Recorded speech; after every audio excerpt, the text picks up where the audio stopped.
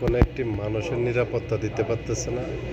শিশু থেকে বৃদ্ধ হতে একটি মানুষের কোনো নিরাপত্তা নেই বাংলাদেশে এখন বর্তমানে। কারণ কি জানেন?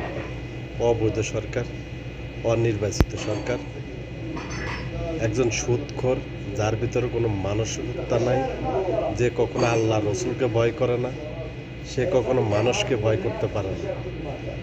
বাংলাদেশটাকে আজ ধ্বংস করে দিচ্ছে, বাংলাদেশটাকে আজ শেষ করে দিতেছে। কারা এরা? কারা জানতে হবে। আপনি যদি 1971 সালের সেটাকে যদি বিশ্বাস করেন, তাহলে আপনি জানতে পারবেন 1971 সালে আবারও আমাদের ফেরত যেতে হবে। 1971 সালে আবারও আমাদের রাজপথে নামতে হবে। প্রত্যেকটা ঘরে, প্রত্যেকটা ইউনিয়নে, প্রত্যেকটা উপজেলায় একটা করে শেখ মুজিবুর রহমান আবার জন্ম নিতে হবে। দেশটাকে রক্ষা করতে হবে। এছাড়া আমাদের কোনো উপায় নেই।